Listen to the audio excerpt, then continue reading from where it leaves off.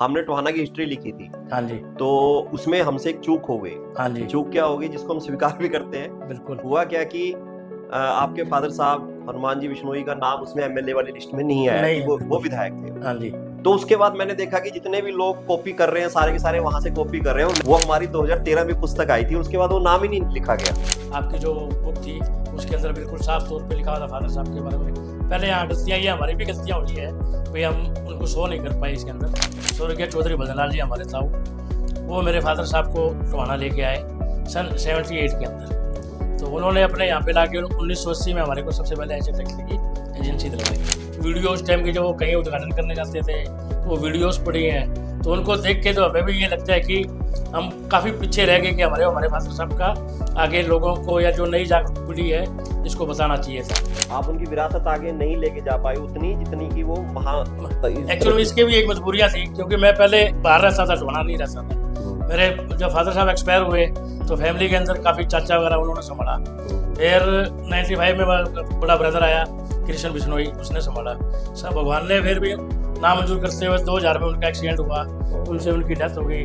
तो फिर इस वजह से मतलब परिवार को संभालना, समाज को संभालना, घर परिवार को संभालते संभालते तो मैं मेरे फादर साहब का नाम आगे ला लिया। आज हमारे साथ हैं मनोज बिश्नोई जी, और मनोज बिश्नोई जी के बारे में मैं आपको बता दूं, ये पूर्व विधायक हनुमान बिश्नोई जी के सपुत्र हैं।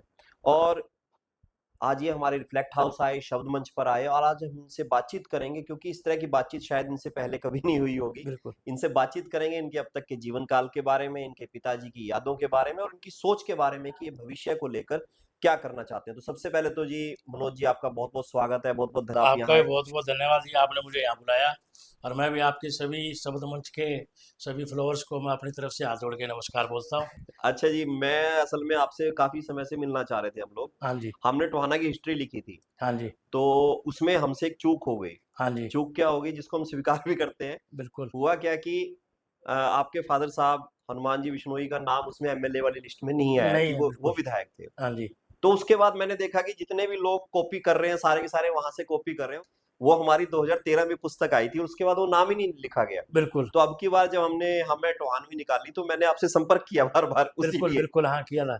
तो मैंने संपर्क किया कि उनके बारे में डिटेल दे दीजिए ताकि अब की बार वो जो है पन्ना ना गुम हो जाए, वो बिल्कुल, पन्ना आए। तो अब की बार हमने उनको लिखा भी है। बिल्कुल लिखा है आपका, मैंने देखा था। आपकी जो बुक थी उसके अंदर बिल्कुल साफ तौर पे लिखा हुआ था फादर साहब के बारे में।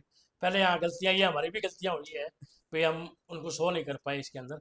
हाँ, पर आगे के लिए ध्यान इसमें रखेंगे हम। नहीं बिल्कुल, मैं अब ये चाहूंगा कि थोड़ा सा हम उनके बारे में बात करेंगे। सबसे पहले तो ये बता दीजिए कि जैसे हनुमान बिश्नोई जी के बारे में काफी कम लोग जानते हैं, बिल्कुल। और जिस वक्त उनका स्वर्गवास हुआ, देहांत हुआ, तब तो काफी आप छोटे होते होंगे। मैं आपके दिमाग में क्या स्मृतियां हैं आपके फादर साहब को लेकर? देखो, मैं एक ही बात कहना चाहूँगा। हमारे स्वर्गीय चौधरी भजनलाल जी हमारे ताऊ, वो मेरे फादर साहब को टोहाना लेके आए सन 78 के अंदर। हम्म, तो उन्होंने अपने यहाँ पे लाके 1980 में हमारे को सबसे पहले ऐसे टैक्सी की एजेंसी दिलवाई। अच्छा जी। तो उसके बाद मेरे फादर, जब तक तो मेरा जन्म भी नहीं हुआ था। मेरा जन्म तो खुद का 1981 में जन्म है मेरा। जब मेरे फादर साहब एक्सपायर हुए तब मैं 4 या 5 साल का था। मेरे फादर साहब की डेथ हुई थी 1987 में। और वो 1984 में चौधरी भजनलाल जी के आशीर्वाद से, कांग्रेस पार्टी के आशीर्वाद से टोहाना से वो एमएलए बने। और उस टाइम बाई इलेक्शन हुआ था। और बाई इलेक्शन के अंदर जब रिजल्ट आया था तो 18,000 कुछ समथिंग वोटों से उन्होंने जीत हासिल की थी। तो वो यादें हैं आपके दिमाग में? बिल्कुल, हमारे काफ़ी बिल्कुल यादें हैं, क्योंकि मेरे फादर साहब की सारी फोटोएं पड़ी हैं। वीडियो उस टाइम के जब वो कहीं उद्घाटन करने जाते थे तो वो वीडियोस पड़ी हैं। तो उनको देख के तो हमें भी ये लगता है कि हम काफ़ी पीछे रह गए कि हमारे फादर साहब का आगे लोगों को या जो नई जागरूक पीढ़ी है इसको बताना चाहिए था।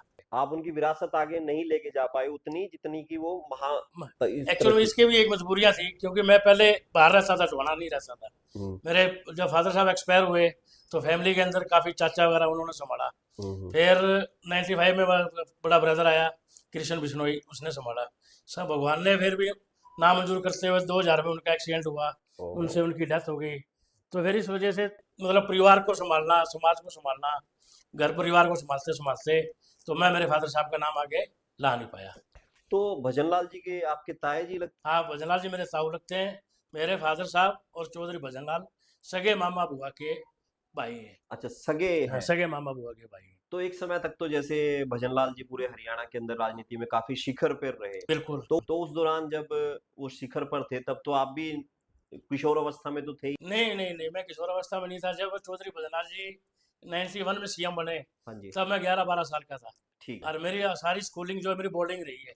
मैं यहाँ टोहाना में था ही नहीं। अच्छा, पढ़ाई आपकी बाहर की रही है। बाहर सारी साल मेरा पहले मैं पढ़ता था चंडीगढ़ सतलुज पब्लिक स्कूल में। हुँ, उसके बाद फिर 7th क्लास में मैं चला गया बीआरसीएम पब्लिक स्कूल बहल में।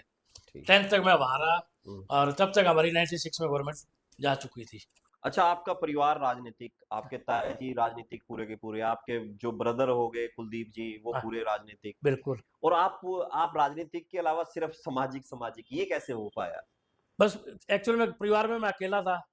तो हुँ, अकेला होने के बावजूद देखो एक टाइम तो किसी ने एक ही चीज़ को टाइम दिया जाएगा, या आप सामाजिक को दे दो या राजनीति को दे दो। हुँ, हुँ, तो राजनीति की जब तक मेरे को पूरी नॉलेज नहीं थी, मैं परिचित नहीं था राजनीति के बारे में।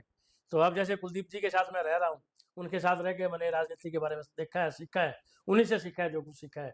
उन्हीं के साथ रहता हूँ मैं, क्योंकि चौधरी कुलदीप बिश्नोई मेरे बड़े भाई हैं, तो चौधरी चंद्रमोहन जी भी हमारे बड़े भाई हैं। उनके साथ रह के मुझे राजनीति का कुछ ना कुछ उनके साथ रहने का टाइम मिला और अनुभव मिला, उनसे सीखने का मौका मिला। तो इसलिए जहाँ कुलदीप जी वहाँ हम करके कांग्रेस से फिर जजपा, और फिर उसके बाद आप फिर बीजेपी में अब पहुँच। बिल्कुल, कुलदीप जहाँ चौधरी कुलदीप बिश्नोई रहेंगे, हम उनके साथ वहीं रहेंगे, चाहे वो बीजेपी में रहे, कांग्रेस में रहे। जैसे भाई साहब ने पहले हचका बनाई थी, हुँ, तो हचका के अंदर हम यहीं थे। तो उन्होंने उस टाइम भी कुलदीप बिश्नोई ने मेरे को ऑफ़र किया था हचका के अंदर, भई तू इलेक्शन लड़ ले टोहाना से। तब मेरी तैयारी नहीं थी, हुँ, मतलब प्रॉपर मैं तरीके से तैयार नहीं था, तो मैं नहीं लड़ पाया। लड़ नहीं पाए। मन और भी राजनीतिक बातें करने गए, पर मैं क्योंकि टोहाना वासी भी और प्रदेशवासी भी आपके पिताजी के बारे में और जानना चाहेंगे क्योंकि काफ़ी उनका परिचय कम है।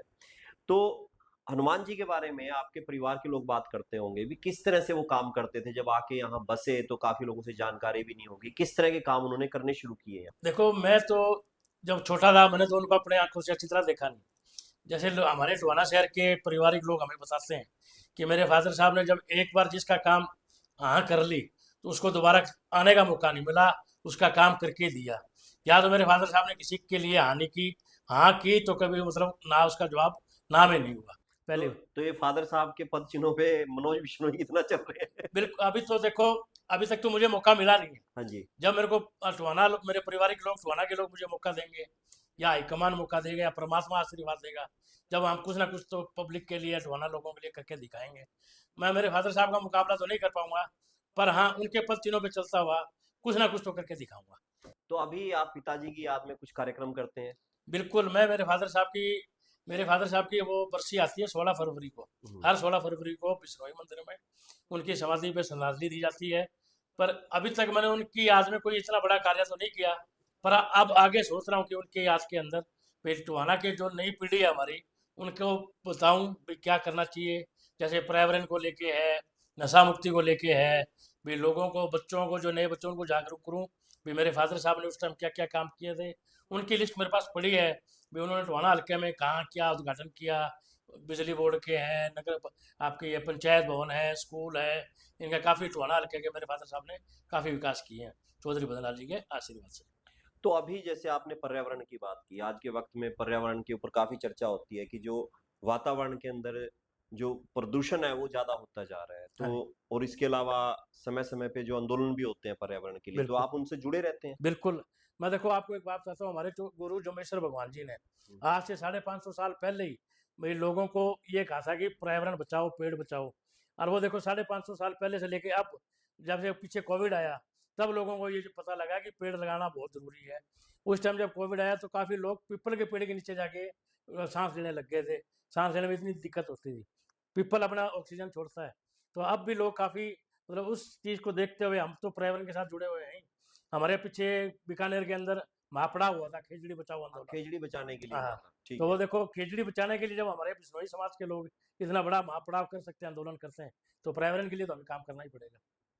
तो अभी भविष्य में जो आपकी जो योजना है इस पर्यावरण संरक्षण को लेकर, जीव प्रेम को लेकर, कोई योजना भी या कुछ करने जा रहे हैं इसके ऊपर? बिल्कुल, अभी मैं मेरे फादर साहब के नाम से एक फाउंडेशन बनाने जा रहा हूँ। हुँ, उनके फाउंडेशन के नाम से फिर मैं टोहाना हल्के के अंदर सबसे पहले मेरी प्रेफ़रेंस रही थी टोहाना हल्के के अंदर।